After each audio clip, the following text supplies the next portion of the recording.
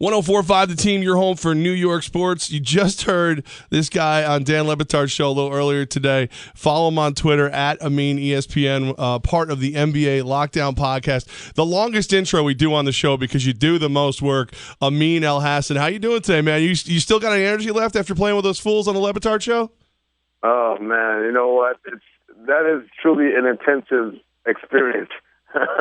First things first, we now know Golden State Warriors versus the Cleveland Cavaliers. I was so sure Golden State was going to win this thing, but then when they were down 3-1, I jumped ship like the loser I am. Just a major choke job, or is this something where you look at Golden State and go, you can throw out all those things like nobody ever loses after being up 3-1? Oklahoma City's performance down the stretch was disappointing, but at the same time, you have to take into account the type of shots that Golden State hit. And I'm not saying that they're out of the ordinary shots for them. That's why they won 73 games, because they're able to make those kind of incredible shots. But anytime you're making those shots, it's hard to say that someone gave the game away or choked the game away. Golden State took it because they're awesome. Well, yeah, and one of the losses for Golden State is when their shooting was way off. Yeah, and part of that was the shooting was way off, not necessarily because of defense, but because they were just missing shots. Yep. So thanks to the new kind of data that we have due to those optical tracking cameras that are in every arena, we know kind of the quality of shots that a team is taking based on how far they are from the rim, how far they are from the closest defender, et cetera, those kind of factors.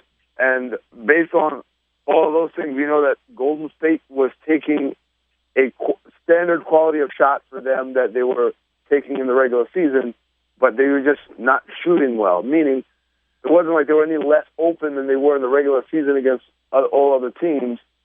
It's just that for whatever reason, the bats went silent, to use a baseball term. But when you know you have pretty much the greatest shooting team of all time, you know that's not going to be a permanent thing. And sure enough, towards the end of the series, games 5, 6, and 7, they regained their stroke. Amin Elhassan with us right here on 104.5 The Team, Levac and Wolf. Amin, does the losing stop there, or do they lose Kevin Durant as well? Well, I think Durant will stay for at least one more year. I think we talked about this a little bit on The Jump on ESPN yesterday with Rachel Nichols. For Durant, not only would staying another year allow him to have a little bit of closure, knowing exactly what Russell Westbrook is going to do and then know whether it's worthwhile sticking around or not. But beyond that, also financially, it makes sense for him to not sign long-term anywhere, rather sign a short-term deal and then come back next year and be a free agent again in 2017, and then he'll be eligible for the highest allowable max salary for a guy of his years of service. So financially, there's a reason. Kind of team roster-wise, there's a reason. And then also, I mean, you got to think about it. These guys are probably sitting at home. They're not sitting at home thinking we'll never be good enough. They're thinking, man, we came this close to beating those guys and playing for a chance at the championship. You know, maybe we're not that far off after all. So I think he gives them at least one more year.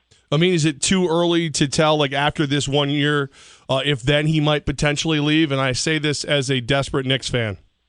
Oh man, let me tell you something. Let me put your mind at ease. He's not coming to the Knicks. If he does leave, he's not coming to the Knicks. No! I did the same thing with my friends from LA. It was like, maybe it's going to be no. He's not coming to the Lakers. He's going to leave Oklahoma City. He's going somewhere where they give him the best chance of winning a championship. And no amount of endorsement deals in the world or whatever it is, people will think that playing in New York gives you. I mean, that's not going to help him. He needs to win in order for his legacy to be solidified. Okay, and that means going to a good team. All right, guessing time. Not New York, not L.A. Where do you think he might end up? Well, I think let's just play this game because looking a year from now is too hard just to kind of project. So let's just play this. What if? What if he were to leave this summer? Where would he go? I think odds are he'd probably leave the Western Conference. I mean, it would make no sense to stick around and still have the same problems that you had all this time. So if you're looking east, I think there are three teams that have a legitimate shot, and I would say it's the Boston Celtics because they've proven, they're on the right track. They got the right pieces moving forward. Brad Stevens is a coach that a lot of people gush about. I think Miami, because Pat Riley has proven time and time again, I can turn this thing around. I can make things happen. And, obviously the whole throw the rings on the table thing is always a good sales pitch. And then, a team that not too many people are talking about, I think Atlanta has a shot because it's a team that doesn't have a history of success. So as far as winning championships, but they are a well-run team. They're well-coached, and they play a style of basketball that's not, kind of like the Oklahoma City ISO every single possession. So I think that would be a nice little change of pace for him. But if I were him, I'd go to Golden State, man. I would have no shame about it. To play there and play in that system, that would be the best possible fit for him. Let's talk about LeBron. Two LeBron-related questions. First, Curry versus LeBron in the NBA Finals. Is it going to be one of the historic matchups of all time? What do you think? I think we're definitely in for some fireworks. We're now a year removed from people kind of scoffing at the idea of Curry being the best player in the league or what have you. Now he's the first unanimous MVP, and that's not just because, he hit a couple of jump shots that were exciting. It's because he's legitimately the most impactful player in the NBA. If you want to compare anybody, compare him to Shaq in the sense that he may not be able to post up or grab 15 rebounds a game or whatever, but the thing that he does is so dominating, it doesn't matter. And so that's going to be a great matchup. Obviously, LeBron has to feel some sort of way about losing in the finals last year, so we know he'll be fired up. So, I think we're in for a nice treat. So who's under more pressure than the second LeBron question? Is it Curry, the chance of being the two-time MVP, two-time champion like LeBron and Jordan have done before him, or is it LeBron trying to avoid that 2-5 finals record? Well, I think the pressure is definitely on the Warriors. First of all, they're the favorites. They're expected to win. So you have that. You're a defending champion. You have that. But you're also the team that broke the wins record. And I said this I hate to keep plugging the show. I said this on the jump the other day. We don't get to see our funerals. We don't get to hear our eulogies. But the Warriors kind of did when they went down 3-1. Like you just said a little bit earlier, you said you jumped ship. You weren't the only one. Right. So a lot of people who just couldn't wait to dance on their grave. And so they saw that. And so they know what's going to be written about them, what's going to be said about them if they're the 73-win team that didn't win the championship. And for that reason, I think that the pressure is all on them. They have to make good on the season. Otherwise, it was all for nothing. I have to ask you about it. You were on earlier today with Lebitard and Stugatz. What is it like hosting that show? Is it completely out of control? What was it like being in the studio and being part of it? It's chaotic. It's organized chaos. They know what they're doing, and the problem is half the time I find myself sitting there and watching the show or listening to the show. I forget that I'm on it too, and I'm going to say something here. It's just so fun. They're fun and funny, and they don't take themselves seriously, and it's so creative when you talk about the people behind the board. Mike Ryan, the producer, and Roy and Fat Chris and Guillermo. All those guys are really great to work with. Man, it's my favorite show. I unabashedly say that of all the things I do at ESPN, and I do a lot. Yes. This by far is my favorite one to do. Amin Elhassan with us right now, 104.5 The Team, Levac and Wolf. You got to follow him on Twitter at Amin ESPN. So Amin, I've been taking heat around town today as I've been out and about, and I'm taking Cleveland. I think the slashing of LeBron. I know, but if you can get to Game 6 with Dellavedova and J.R. Smith, why can't you beat this team with Kyrie Irving and Kevin Love? Because to say that statement is making the assumption that as well as Cleveland defended last year, they're going to defend just as well. And all we're going to do is just add on the points that Kyrie and Love are going to score on top.